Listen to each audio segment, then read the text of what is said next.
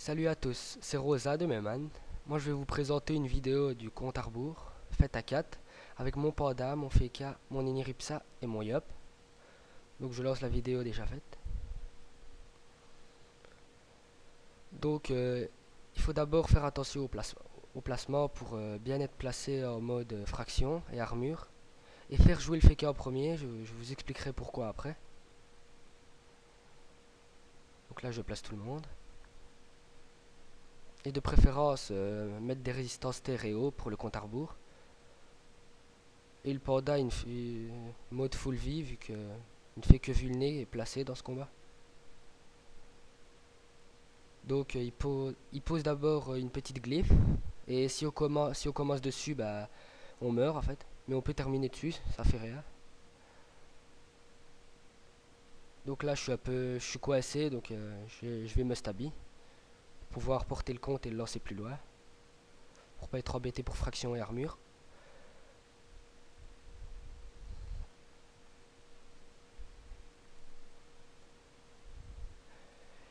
Et ce qui est important, c'est de mettre un panda Wasta au nocturnable. Car en fait, il ne tacle pas le Wasta. Donc après avec le Feka, vous faites bouclier de Feka et mise en garde dessus.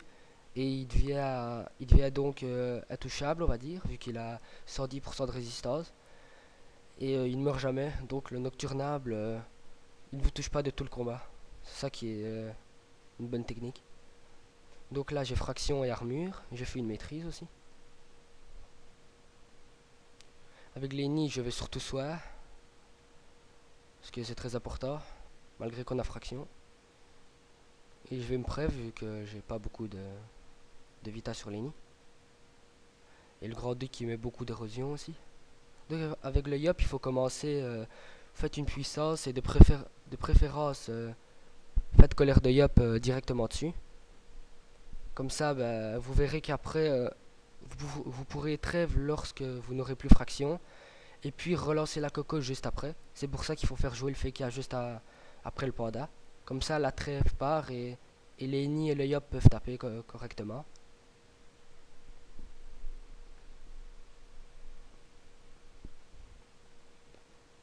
Ce qu'il faut faire aussi, c'est éloigner le compte à rebours assez souvent. Parce que sinon, il met sa glyphe et une petite erreur d'inattention et vous êtes mort. Là, je me mets en gros panda, on va dire. Pour pas avoir le malus PM au cas où je ne sais pas. Parce que les PM, c'est quand même très important dans ce combat.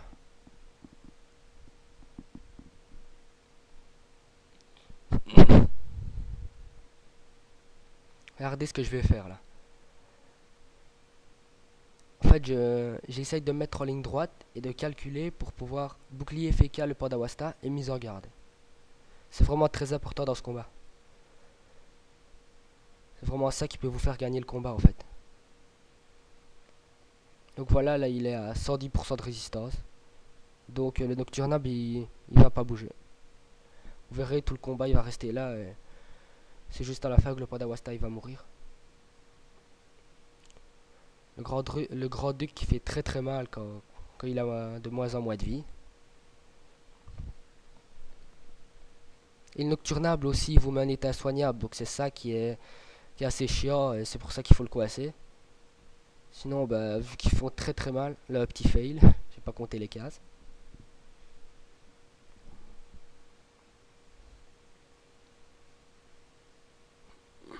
Là, je vais donc décaler mon ini pour pouvoir aller 4 le grand-duc, vu que c'est lui qu'il faut tuer en premier parce qu'il met beaucoup d'érosion. Et après, bah, comme vous faites trêve avec le Feka, bah, vous perdrez pas de Vitamax, c'est vraiment utile. Donc là, encore un petit fail.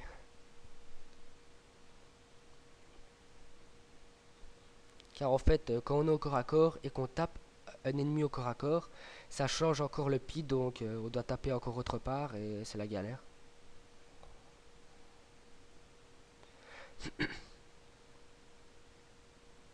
Donc là, bah, vu que le Nocturnable il fait rien, faut tuer le cycloïde.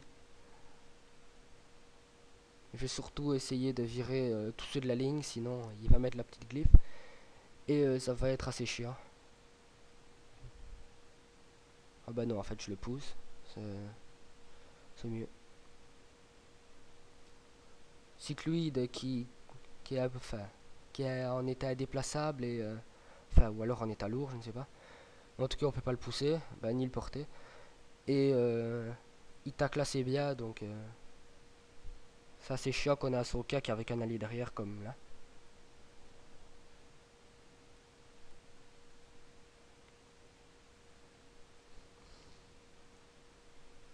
La bague éternelle qui fait très mal sur le cycloïde vu qu'il est moins, il a des résistances en moins en air. Et avec les vulnés, bah, en feu aussi ça fait mal.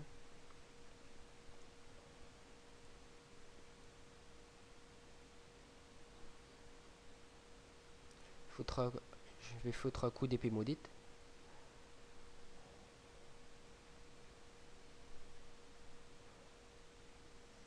Et là je vais tuer le cycloïde. Le combat il se passait plutôt pas mal. Sauf que ma vitale est un peu basse, mais... En fait j'ai oublié trêve au tour 3, c'est ça le problème. Parce que je voulais absolument tuer le cycloïde. Mais je vous conseille de faire trêve au tour 3. Comme ça la coco revient à tour 4. Et le fécard qui joue deuxième, bah... C'est l'avantage de le faire jouer deuxième, comme ça le yop peut coco direct. En même temps vous pouvez vous soigner pendant un tour. Vu que vous n'avez plus fraction. Ou alors vous vous replacez en fraction et vous refaites fraction pour être sûr de ne pas mourir. C'est un peu ça que j'ai oublié trêve, mais bon, je pense que je vais la faire ce tour-ci. Ouais.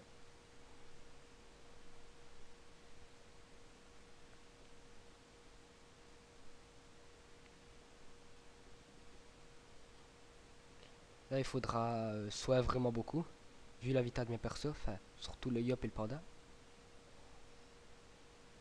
Et il ne faut absolument pas cac le nocturnable. Parce que en fait si vous le tapez 400 au corps à corps, bah, il vous renvoie 400 dommages sur tous vos persos. C'est pour ça que j'ai un peu raté la coco là.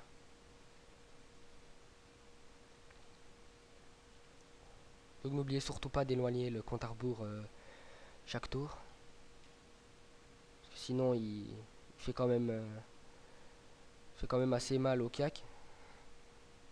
Malgré que, enfin, si vous mettez genre une invoque devant, bah, il va s'occuper de l'invoque. C'est ça qui est bien.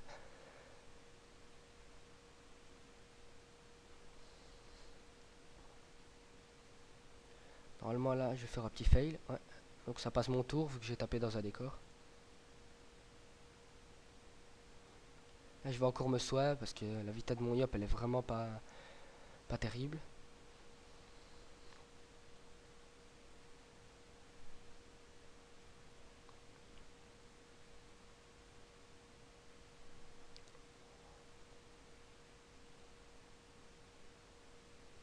Là, je vais taper le nocturnable. Donc, vous voyez, il a rien fait de spécial dans le combat. Si vous placez bien le Wasta que le compte, et que le compte à rebours soit loin du nocturnable et du Wasta le tour 2, bah, c'est bien. Sinon, le compte à rebours tue le Wasta. Et ça, c'est vraiment chiant vu que vous avez le nocturnable qui met l'état soignable dès le deuxième tour. Donc là, la vita de mon panda et mon yop est vraiment très basse. En même temps, il m'a mis des beaux CC.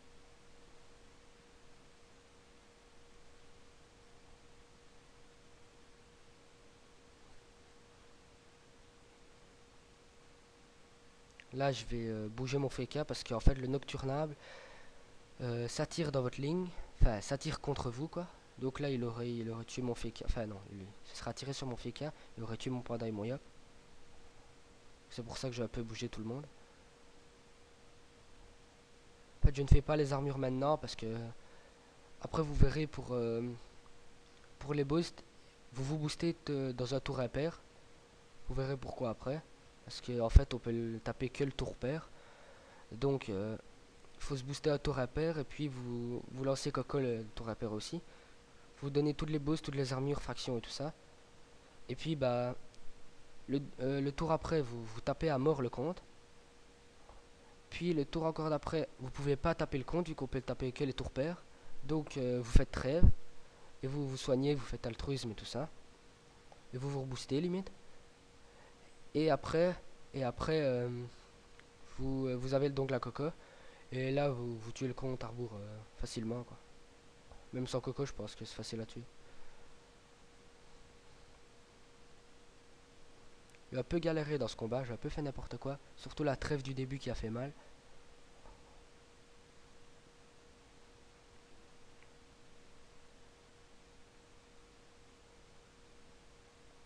Donc là je vais vulner le nocturnable et éloigner le compte à rebours. C'est vraiment important.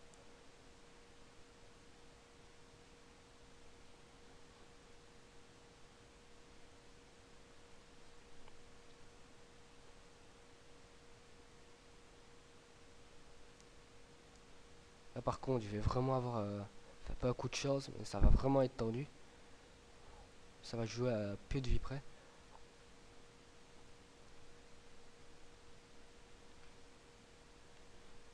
Là je fais donc les gros retours du bâton sur le nocturnable. Je vais aller fraction Lenny et le panda pour pas qu'il meure. Enfin surtout pour protéger Lenny. Donc regardez bien là, avec Lenny ça va vraiment se jouer à quelques PDV près. Je vais donc pousser le nocturnable.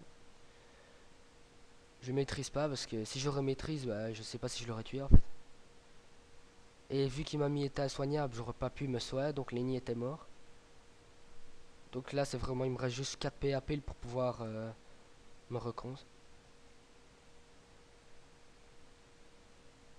Je vais faire une vita sur le yop pour ne pas qu'il meure.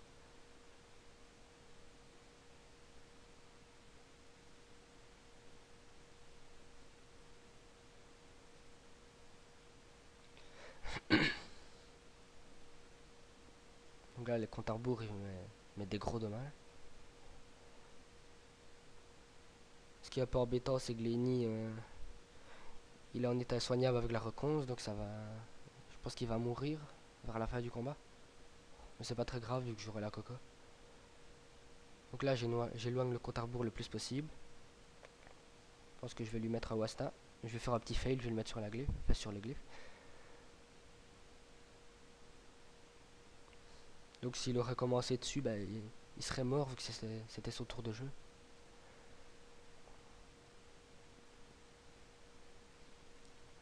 Là normalement c'est pas ce tour-ci que je devais placer les armures, mais vu la vita du Yop et du Panda, je vais les placer ce tour-ci. Parce que sinon il serait mort. Et de toute façon c'est pas grave vu que les armures resteront pour quand je taperai le compte. C'est juste fraction que j'aurai pas et ça va me coûter la peau de Lenny. Donc là je soigne un peu tout le monde, surtout le Panda et l'Yop. Ils ont vraiment peu de vie.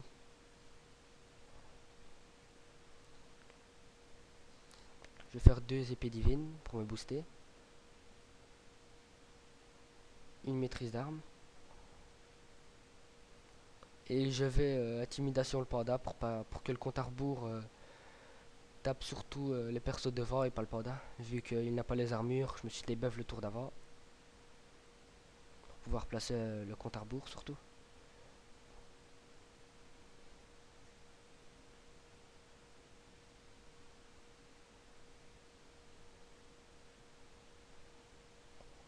Donc là je vais placer surtout pour le placement boost quoi. Ah bah y a pas grand chose à faire. Vous voyez le panda Wasta il a commencé sur le glyphe donc il est mort. Vraiment ça qu'il faut faire attention que le panda, que votre premier perso qui joue ne soit pas en ligne du compte à rebours. Sinon il est mort direct. Sauf si vous le poussez avec un autre perso, mais bon, si le compte à rebours joue directement, je pense pas que vous saurez faire grand chose. Donc là, je réfléchis bien à ne pas me placer en ligne.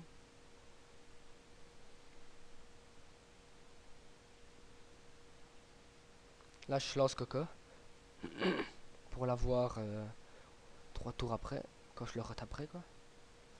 Je fais une vita sur Lenny pour ne pas qu'il meure. Et je me fais puissance. Donc là, j'ai pas fraction, c'est ça qui est vraiment embêtant. J'ai vraiment mal calculé, mais bon, si je tapais pas maintenant, ben Lenny était mort de toute façon, donc autant taper.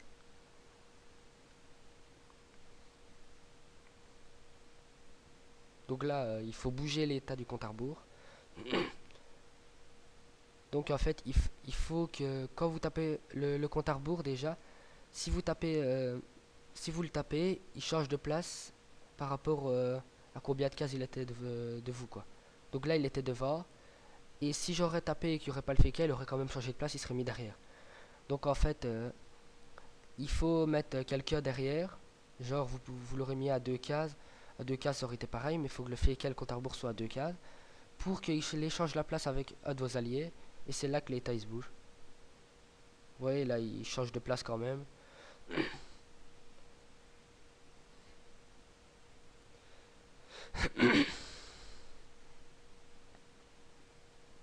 Donc là, je calcule comment pouvoir taper.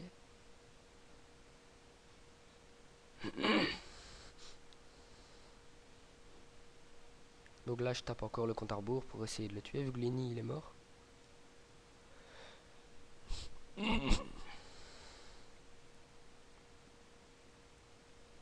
Donc là, je vais essayer d'approcher le compte à rebours pour ne pas qu'il reste là, pour ne pas qu'il tape mon ennemi, mais il va quand même le finir en fait. Je me fais précipitation, vu que le tour d'approche je ne tape pas.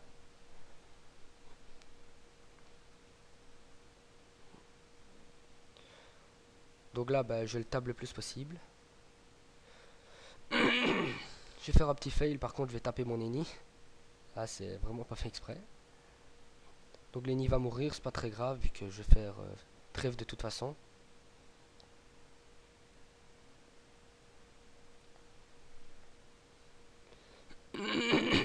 Donc là, c'est un sort qui se met quand vous le tapez, quoi. Il met plusieurs doubles, mais il suffit de les pousser et vous trouvez facilement c'est lequel. Et aussi, bah, il change de place, mais ça, j'ai pas très bien compris comment, par rapport à quoi il changeait de place. Enfin, il vous renvoie à votre placement du tour avant, je pense. Donc je me fais une vita sur le yop, mais bon, c'est un peu inutile vu qu'il y a trêve. Oui, je ne peux pas le taper en tour impair. Donc je fais trêve le tour là, et c'est là que le FK joue deuxième. Donc c'est là que c'est vraiment utile de le faire jouer premier, enfin après le panda, quoi. Donc là je vais vulner une fois le compte. Je vais virer l'état avec le panda. Vous voyez, je le mets derrière et je lance une flamiche. Ça change de place avec le FK, donc ça vire son état. Puis bah, je vais le stabi.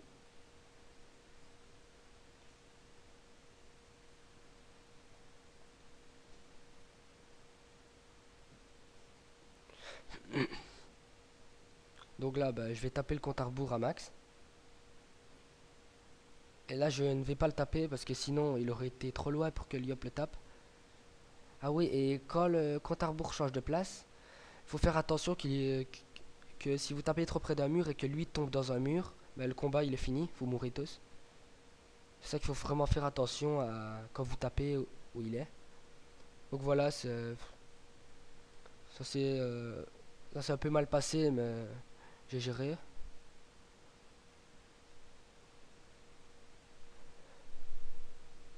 Donc voilà, voilà un tuto pour gérer le compte à rebours.